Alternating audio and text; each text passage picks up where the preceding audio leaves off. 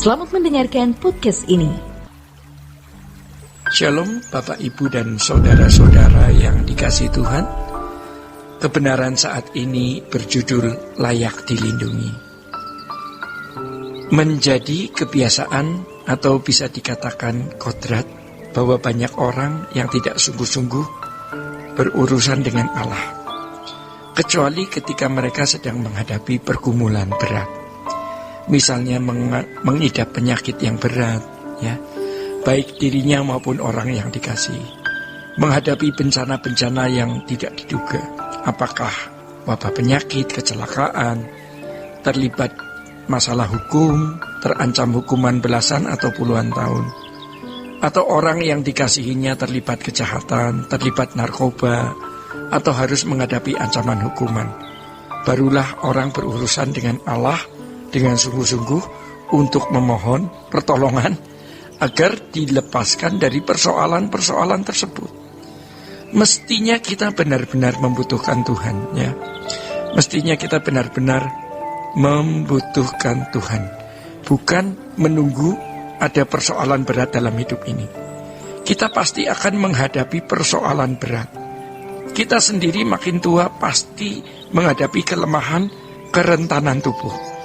Pasti kita akan menghadapi persoalan-persoalan berat di dalam hidup ini. Sakit, ya, bahkan kematian. Kematian orang-orang yang dikasihi atau kematian kita sendiri. Dan yang lebih dahsyat lagi ketika ada di hadapan pengadilan Tuhan. Sejak manusia jatuh dalam dosa, hidup menjadi tragis. Yang ditunggu oleh setiap insan itu hanya persoalan, sakit tua, dan kematian.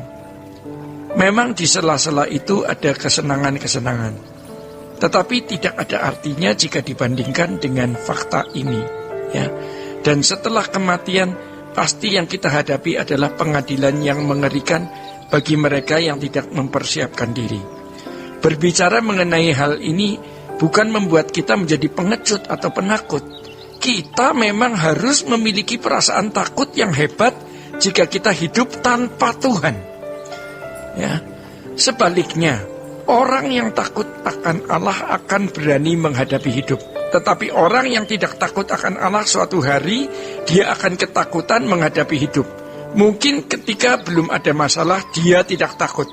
Tetapi jangan lupa, hidup ini penuh dengan kejutan yang tidak pernah kita duga. Tetapi apapun yang terjadi, kita mau berlindung kepada Tuhan. Ya, kita menjadikan Tuhan perlindungan. Tetapi kita tidak bisa menjadikan Tuhan perlindungan kalau kita tidak memiliki hati yang takut akan Allah. Kita tidak layak mendapat perlindungan kalau kita hidup sebagai pemberontak. Bahkan kita tidak pantas percaya kepada Tuhan kalau kita tidak hidup dalam takut akan Allah. Mari kita sadar untuk hidup tidak bercacat, tidak bercela, ya saudara, agar kita layak mendapat perlindungan dan kita pantas percaya kepada Tuhan.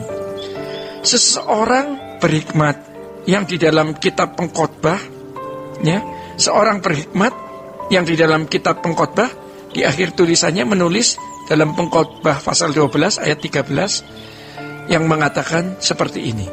Akhir dari segala yang didengar ialah takutlah akan Allah dan berpeganglah pada perintah-perintahnya, karena ini adalah kewajiban setiap orang.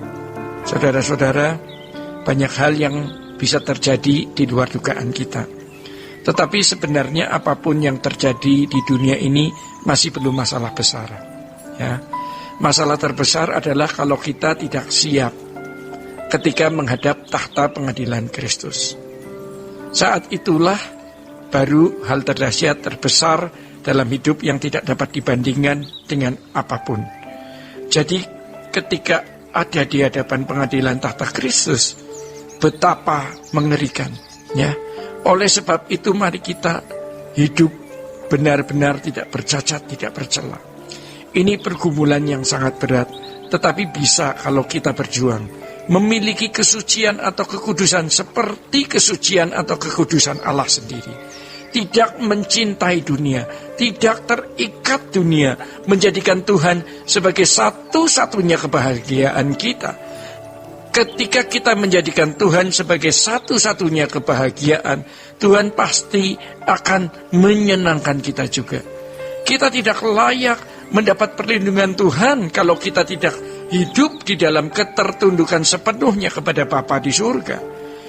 Ketika kita tidak menjadikan Tuhan satu-satunya kebahagiaan, dan ketika kita tidak hidup di dalam kekudusan atau kesucian, jangan bergantung kepada pendeta atau manusia siapapun. Pendeta bisa menjadi mentor sementara, tetapi dia tidak menentukan hidup kita. Ya, jangan menunggu doa pendeta, jangan menunggu tumpang tangan pendeta, ya, atau tumpang tangan manusia, ya.